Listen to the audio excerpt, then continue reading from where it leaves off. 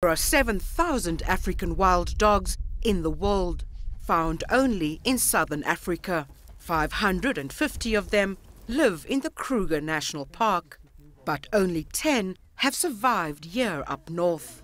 Now zoologist Dr. Antoine Marshall is determined to help save these endangered carnivores. I've always been very fascinated about wild dogs because the way they behave. They behave like wolves. They live in a pack. They're highly sociable, so they rely on each other. And there is still so much that we need to understand about them. Genetic studies have found that there's no longer any gene flow between the wild dogs further north in Africa and dogs in the south of the Kruger. And creating this new pack in captivity is aimed at recreating the gene flow. This initiative is about reintroducing wild dogs in northern Kruger. And there's been a huge decline in the population, so much that there is a gap now. So we've got wild dogs down in the south of Kruger.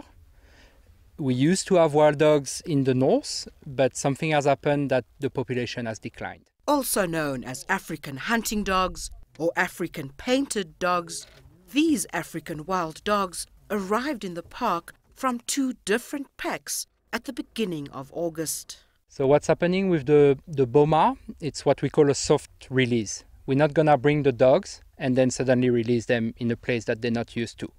So they need to get used to acclimate to the environment, so acclimatation. And then they also have to get used to each other. At this stage, it appears as though the 4 female and 4 male African wild dogs are bonding extremely well. And if everything goes according to plan, they'll be released from captivity into the wild in mid-September.